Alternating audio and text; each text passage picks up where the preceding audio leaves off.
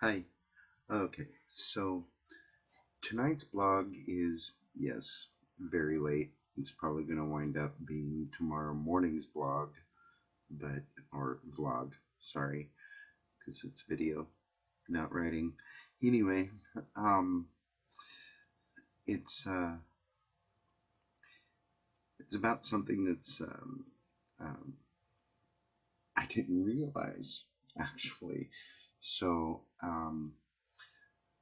I'm going to be talking about, the Mabinogion, um, which are a series of stories um, basically set in Wales. They're they're the Welsh pre-generation to the Arthurian legends. Everything that is what we know from King Arthur and Merlin and the quest for the Holy Grail. It is all the Mabinogion, and Christ, that word is hard. It's spelled M-A-N or Mabinogion, um, and I'm just trying to pronounce it the best I can. So the Mabinogion is it's bunch of histories and a bunch of stories concerning two families. Excuse me while I put my eyes on because, well, I'm old. Um, and they they originate from the families of the children of Don and the children of Glir. And um, the manuscripts come from two different books. The first one is the Glyphr Gwyn Rhydderch, which is the White Book of Rhydderch, and the Glyphr Colch Hergest, which is the Red Book of Hergest. And there are basically um, um, the main stories are called the Four Branches, and they're very, very early medieval stories, um, and they probably date back to about the 11th century. Um, and more than likely, very much in the um, oral tradition previous to that. And so when we hear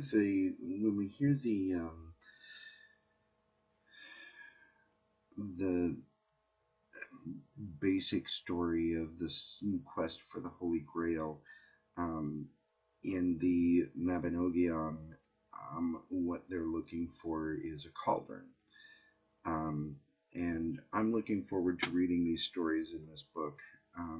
This is all from my Druidry book that's been introducing me to Druidry. Again, I'm still in the first chapter, so this is this is the thing. I'm learning as I'm going, and I'm processing the information. So my reading of this book is very slow because I'm really working on ingesting all of this information. Um, there are basically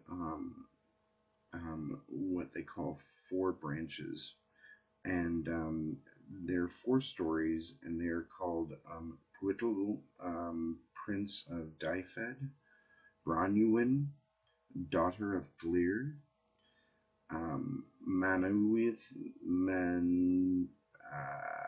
let me try this again, Manawydden, son of Glir, and Math, son of Mathamwy. Um, And what she says here is they are coherent, family-based tales of more than humans living in a semi-mythic landscape. Um, and again, they come from the two families that I talked about earlier. And they are very much related to the Irish tales that are very close to this, that I'm looking forward to searching for and looking at. Um, all of these stories um, represent Druidry without actually mentioning that particular word. Um, so the characters within it, apparently from what she's saying, they are very druidic, and I love what she says. If it walks like a duck and quacks like a duck and swims like a duck, make your own assumption there. So um, I'm looking forward to reading these stories. Um, they're all going to be within this book. Um, and the Mabinogion is actually the predecessor to the Arthurian legends. Um, some of you may know this, some of you don't, but I have been obsessed with the Arthurian legends since I was a child. Um, um, and I don't mean, oh, that sounds really cool, being Merlin, or pulling the sword out of the stone, or meeting the Lady of the Lake. I mean, I've been seriously. My last name is Gawain, and I chose that because Sir Gawain was my favorite of the knights of the Round Table. Um, and what I discovered reading here is that my last name, Gawain, is it's a derivation of the word Gwyn, which is white. Um, so um, basically, I'm Tim the White. um, and I I was fascinated by that. Um, but what really thrills me is that because I've been fascinated with the Arthurian legends for so long, like I said, most of my life, um, I find this little bit of knowledge that the Mabinogion was written well before, and that um, the Arthurian legends were taken from it and were Christianized. When the Catholic Church um, came and kind of overtook the British Isles, they destroyed the Druids. They destroyed the old ways, and they then took the old ways and Christianized them. This is probably going to come later in my path, but I'm going to touch on it right now. They took our holiday of Yule. They took our holiday of Ostara. They even took Samhain, and they Christianized it. They Christianized all of the sabbats of the ancient Celts, and they wanted to include the Celtic people. So they took those holidays so that they could include them into, or force them into, worshiping their god, instead of allowing them to just be with their own um, deep religious views. Um, the Romans destroyed the Druid um, religion. They killed off every Druid they could find. Um, they destroyed any evidence of Druidry that they could. Um, Thankfully, some still survived, and we can piece together all of this. And some of what survived was the Mabinogion, and I'm going to. It's back there. I don't want to take the time to get it, but I have an Arthurian set of tarot cards that my high priestess gave me um, before she actually was my high priestess. And I love this set. It's beautiful. I will talk about it eventually. Right now, I'm just kind of really focusing on beginning my walk with Druidry, still learning my tarot set. But my tarot set is all based on the Arthurian legends. And if I ever questioned where my walk was supposed to be, it is no longer a question after reading today's reading about the Mabinogion. So,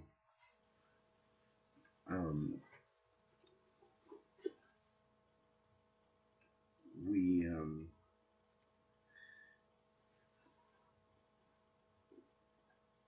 we have some things that we're going to be looking at through this year that I'm going to be doing this vlog, in particular with the Mabinogion, some aspects of the stories. She writes here, these are some pointers to my practice as a druid in 2018 and the future. I'm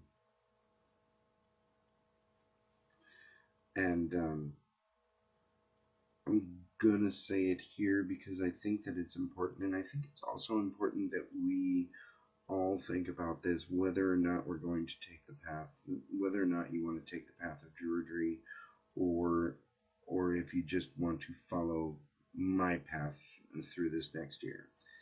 So some of the aspects are this. The stories were written at the time when the Welsh very much saw themselves as British, and they are a national treasure store. So I think it's important that the Brits, my British friends, actually really understand that this is a part of their heritage. This is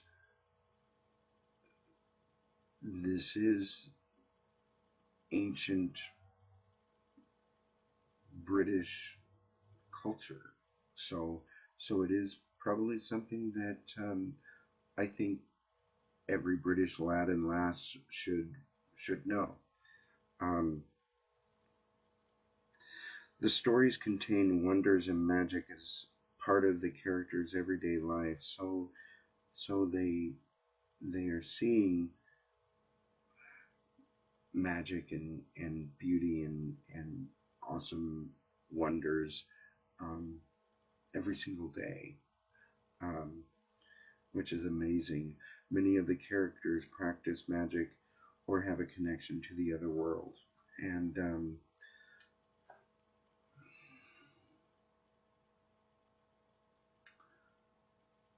I'm gonna get mystical and ooey gooey spooky heebie jeebie on you.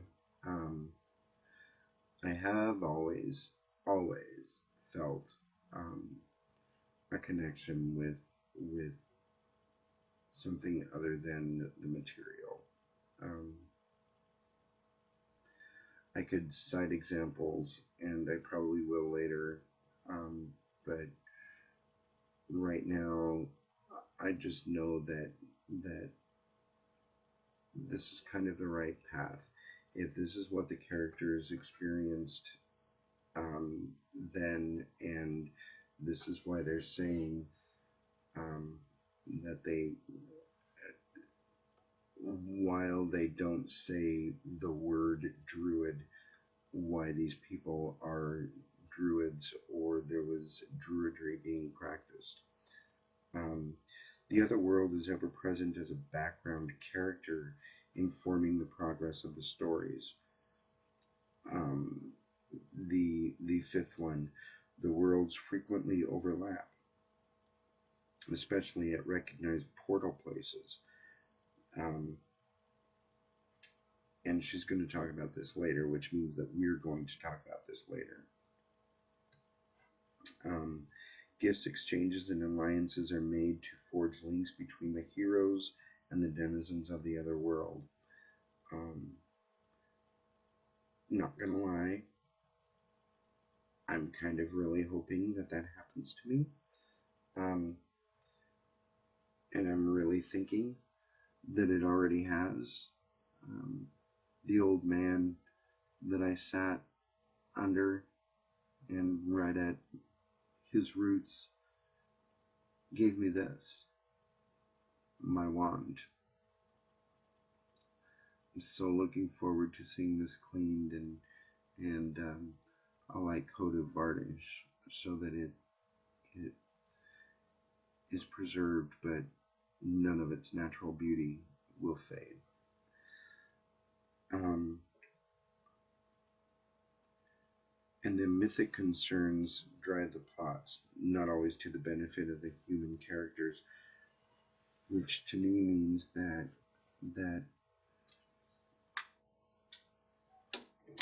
um, one of the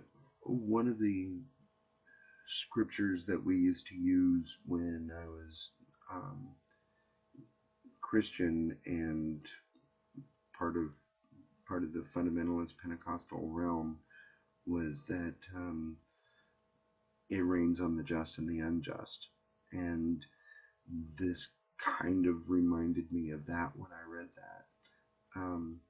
So there is that working of the other world in the human realm, but doesn't always benefit. Um, Sometimes we're going to struggle, and so it really made me realize that that's just the way it is. Um, we can't grow unless we struggle, and we can't expect to be better unless there's something that is honing us. When you hone a blade, you're actually taking some of the stuff off, and so there has to be some force applied. There has to be some um, resistance and buffing and some sort of um, I guess just taking off of the sharp edges or the shards to make the sharp edge. So I'm looking forward to reading the stories that she's got in here of the Mabinogion. So when I get to those stories, believe me, there's going to be vlogs. Um,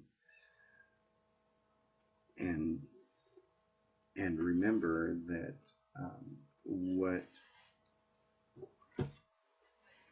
what the Mabinogion is it's It's the predecessor. It is the they're these stories from which the Arthurian legends were taken, and they were Christianized, as was Yule and Ostara and Mabon, Samhain. Um, they were all taken to to be Christianized, um, and the Arthurian legends were the same way. So um, as we go through it, um, and we are going to go through it because as I read them and I meditate on them, I'm going to find them as well. So or I'm going to share them as well. So we'll be able to have conversations, I hope. So that is it for today. I have kept my promise. It is exactly 12 o'clock. So I did make it for the day. Granted, it's a bit of a um, justification or whatever anyway. So I did make it for the day. So I'm going to get this all taken care of and edited and all of that stuff and send it on its way to YouTube. So for now, um, I wish you all blessed be, and I am going to sign off. And I am going to meditate for a little bit. My priestess has given me some homework tonight, and I will vlog about that tomorrow. All right. See y'all later.